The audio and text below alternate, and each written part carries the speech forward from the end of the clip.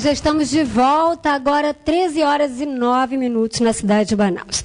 Olha, eu vou apresentar para você que está em casa o seu José Antônio. O seu José Antônio, ele é um missionário, tem 65 anos, esses cabelos grisalhos têm muito a nos ensinar.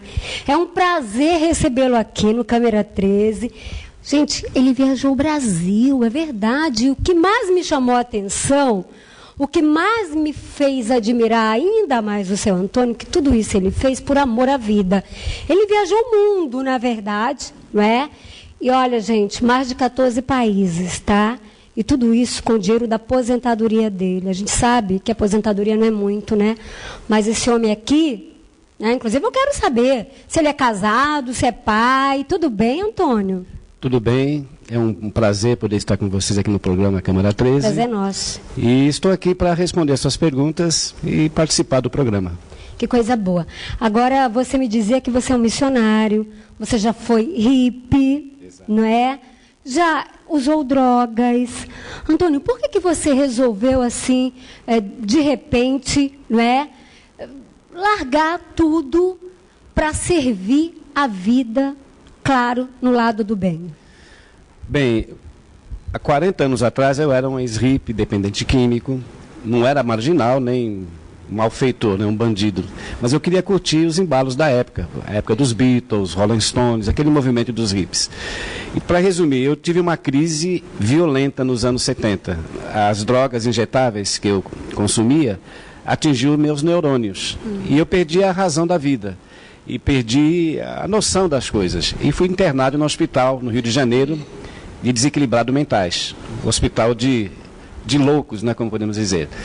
E naquele hospital não havia psiquiatra, nem psicanalista ou psicólogo que me entendesse. E foi através da leitura da Bíblia, solitariamente, que eu encontrei forças para reagir àquele momento difícil e encontrar uma luz. E essa luz é Jesus Cristo. Olha que coisa boa, né? E, Antônio, assim, esse teu exemplo de vida, você já levou para 14 países? Sim, em 14 países. E como é que você é recebido nesses lugares por essas pessoas? Bem, quando eu fui para a Europa, o primeiro país foi Portugal. A língua é a mesma, deu para mim me comunicar tranquilamente com os portugueses. Certo. E lá eu conheci uma missão, que está em 72 países. Essa missão, ela é uma ONG, chama-se REMAR, que significa Recuperação de Marginalizados. Certo. E eu tive acesso lá a essa ONG e através dela eu comecei a me comunicar com outros países, como França, Alemanha, Inglaterra. Então eu tive esse espaço e tudo que eu fiz foi voluntariamente também. Lá eu trabalhei de ajudante de garçom, trabalhei de boia fria, colhendo maçãs e peras para manter meus recursos. Então tudo que eu faço é sem nenhum interesse de ter retorno comercial. O maior retorno que eu tenho é a liberdade, é a paz, é saber que as pessoas de fato estão usando você como uma lição até para abandonar vício. Exato.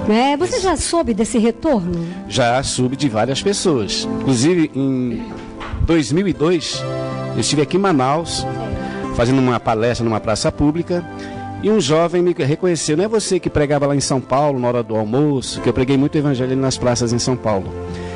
Eu sou de Manaus e quero dizer para você que eu estive em São Paulo, não conhecia Cristo, mas através da mensagem que você transmitiu naquele dia, eu me converti ao cristianismo e hoje eu sou líder de uma comunidade evangélica aqui em Manaus. Então, olha, é um grande que bacana. exemplo. Aí Manaus, por que você escolheu Manaus? Não é que eu estou fazendo uma trajetória pelo Brasil inteiro.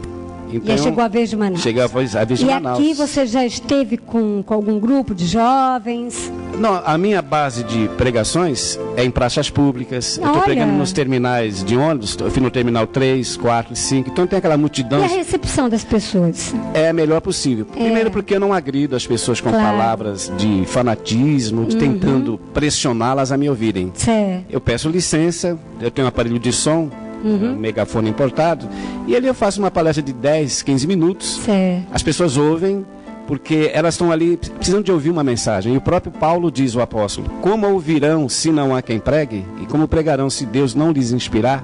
Então a gente sente aquela inspiração de Deus para pregar para as pessoas. Agora você que foi ex-viciado, mas não é mais, lutou muito, precisa ter muita força de vontade. Há pouco a gente mostrou aqui uma matéria E a gente vê aí quantos jovens estão veredando por esse mundo do crime, não é? Das verdade. Drogas. Infelizmente, você, como alguém que já usou, né? Qual é a força que tem a droga na vida dos jovens, hein, Antônio? Afinal, o que tanto fascina os jovens? Correto.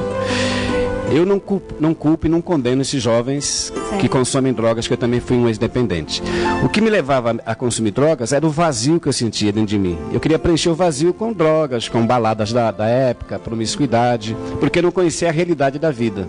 Todo jovem ou adolescente, para ele tudo é novidade, então ele quer experimentar. E nessa de experimentar, ele fica preso, escravo das drogas. E a Bíblia diz claramente: quem comete o pecado é escravo do pecado. Então o pecado é consequência de uma vida sem Deus. Porque um homem sem Deus, sempre tenho falado nas minhas pregações, que a pessoa sem fé é que nem um carro sem combustível. Ela está morta. Então ela quer preencher aquele vazio com drogas, com as baladas da noite. E Deus as ama, e Deus não condena ninguém. O próprio Jesus diz: eu não vim para condenar o mundo, mas para salvá-lo. E se a pessoa crê, ela encontra a liberdade, como eu encontrei. Agora você falou de uma coisa muito importante, o vazio. O vazio. Não é? O vazio. Geralmente, quando você fala assim, olha aí, tá vendo? Mente vazia. Por quê? Porque mente vazia não faz bem a ninguém, a nada, não é? A nenhum momento da vida do ser humano. Agora, é claro que esse vazio, a gente pensa que, eu vou transformar minha casa, eu vou comprar um carro novo, eu vou comprar um celular novo, eu vou fazer isso, eu vou usar isso, eu vou beber, eu vou tomar.